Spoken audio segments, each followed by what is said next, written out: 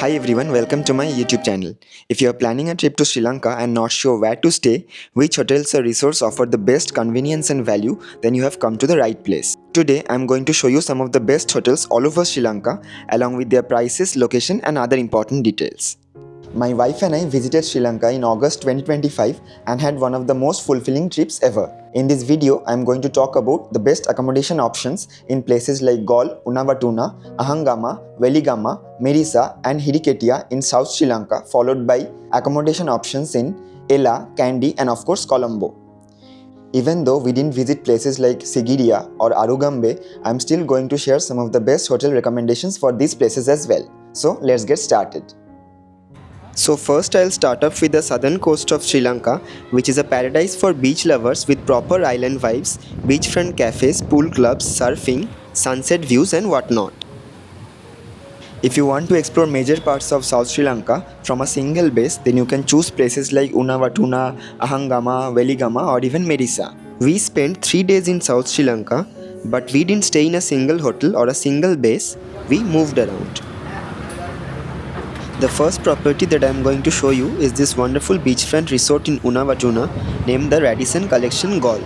As soon as you enter, the beauty of its pristine infinity swimming pool immediately catches your attention.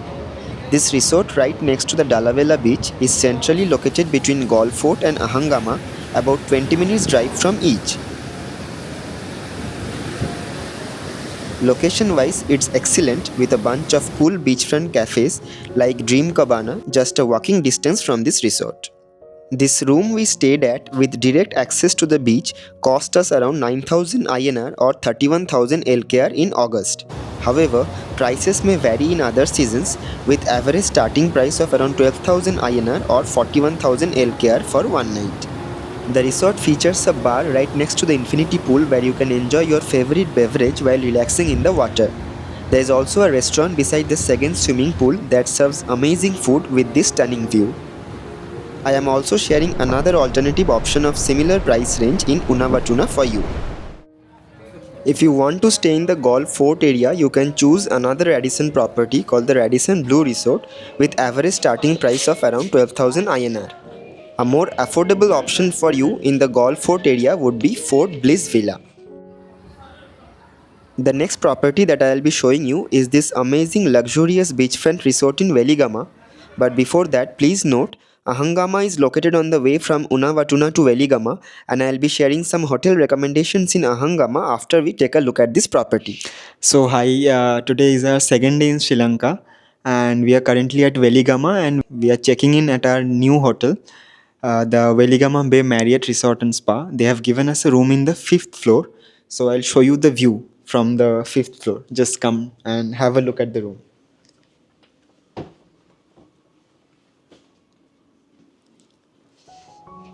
I think they gave us a room upgrade. This is the washroom area. They have a bathtub, as you can see, and everything is so properly cleaned as always, as expected from a Marriott property. Now, if you come to this side, just look at this view here. This is the balcony, and the view from the balcony is just breathtaking. Just have a look.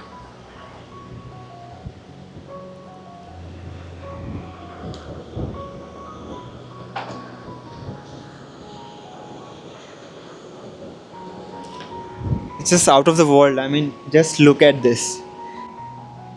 By the way, if you can see there, there is a pool there. That is basically the Kai Beach Club.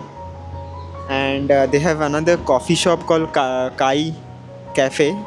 That's in Ahangama. But right beside Marriott, they have a Kai Beach Club. We'll go to that beach club now. Let's see how that goes. The resort offers exceptional comfort and hospitality, featuring a stunning swimming pool that effortlessly captures everyone's attention. In terms of location, this property is right in front of the Weligama Bay, which is quite popular among surfers and you can take surfing lessons here. As mentioned earlier, the Kai Pool Club is adjacent to this property, which is a must visit in South Sri Lanka, and if you are there, don't forget to try their margarita pizza. The resort also features a restaurant serving delicious meals throughout the day. Now, this is a luxury property as I mentioned before, but if you want to consider a little more affordable property in Weligama, then you can stay in W15 Weligama or La Dolce Vita Weligama. Even more affordable option would be Scenic Bay Weligama. Now, I'll talk about a couple of accommodation options in Ahangama. Ahangama, located 10 kilometers west of Weligama, is famous for its pristine beachfront cafes like Kai, Marshmallow, Cactus, etc. And if you want a budget-friendly hotel right next to these cafes, then you can stay in Loft, Ahangama. You can also stay in Seagull, which is 1.5 kilometers away from Kai. Next, I'll talk about two more places in southern coast before moving to Ella. One is Mirissa, the other is Hiriketiya. Mirissa, famous for whale watching, turtle watching, the coconut tree hill, etc., is located around 5 kilometers to the east of Weligama. We stayed here at this homestay-like property just a walking distance from the Mirissa beach for just 5,600 INR for one night. If you are looking for an affordable hotel, just 10 minutes walk from the Mirissa beach, then this is what you should try. The name of the property is Alchamere. Even though it's a hotel, it feels like a homestay because of their amazing hospitality. The breakfast they provide is just amazing, and the quantity is so much that we felt really heavy, but it was really good, the breakfast. And all the good cafes, restaurants in Mirissa are just a short walk away from this hotel. You can stay in any property in Weligama if you want to explore Mirissa, since the distance between the two is not that much. Finally, I'll come to Hiriketiya. Now, Hiriketiya is quite far from the places that I showed you till now. The Hiriketiya beach is around an hour's drive to the east of Mirissa. We didn't stay there, but we did visit a cafe there one afternoon, and the sunset vibes were worth the long journey. Hiriketiya has become one of the trendiest spots in Sri Lanka these days, popular for surfing and its laid-back vibes. If you are keen on staying at this place, here are some of the hotel recommendations for you.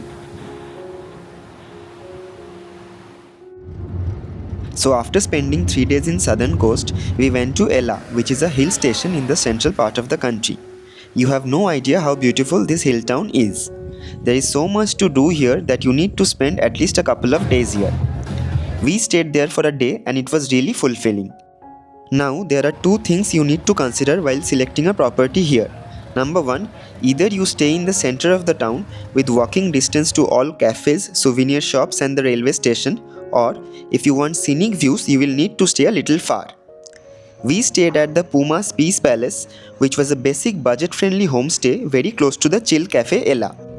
Now, another option near to the town is Zion View Ella Green Retreat, but this is a luxury option with average starting price of around 12,000 INR. There is a property called Awesome Place which is around 5 kilometers from the center, but the views are breathtaking. If you want a property with a view of the iconic Nine Arch Bridge, then here is an option for you. Next morning, we boarded the iconic LRTC train and reached Kandy, a town centered around a peaceful lake and famous for its culture and calming vibes. We stayed at this homestay just a walking distance from popular attractions like the Kandy Lake and the Temple of the Sacred Tooth Relic. The hospitality of the owner and her staffs were out of this world, and I'll definitely recommend everyone to stay here. So the name of the property is Villa 49 and it's very close to the Kandy Lake, right? So if you're coming to Kandy, you should definitely stay here. We stayed here for just 6,000 INR for one night, but if you want a luxury option in Kandy, then you can choose from the following options on your screen. So after staying in Kandy for one night, we took a train to reach Colombo. We stayed in Colombo the night we landed in Sri Lanka, and then again for one night before our departure from Sri Lanka. On the first night, we stayed at this budget hotel named Mandarina Colombo. We paid 5,000 INR for this hotel. Now, this is not an ocean view property. If you just want to spend the night and save your budget, then this is an excellent option with a family-friendly vibe, infinity pool and a restaurant which serves delicious food. If you are looking for a luxurious stay with ocean views, then let me show you the hotel we stayed at. Located at the Marine Drive, around 30 kilometers from the airport, the Merino Beach Colombo is an amazing property with breathtaking views of the Indian Ocean. With a starting price of around 10,000 INR, this hotel is ideal for your stay in Colombo with proper amenities and hospitality. The highlight of this property is this amazing infinity pool which remains open till 11 pm in the night. Please note, the earlier hotel Mandarina is located just at the backside of this property. I am sharing a few other beachfront stays for you in Colombo. However, my absolute favorite is the wonderful ITC Ratnadeepa, a luxury hotel with an average starting price of 19,000 INR per night. Last but not the least, I'll share a few recommendations for Sigiriya and Arugam, which are quite popular tourist attractions in Sri Lanka. Sigiriya is a UNESCO World Heritage Site famous for Sigiriya rock, while Arugam is a beach destination in eastern coast of Sri Lanka, and you can select these properties for your stays there. Hope this video helps you in choosing your accommodation in Sri Lanka. See you in the next vlog.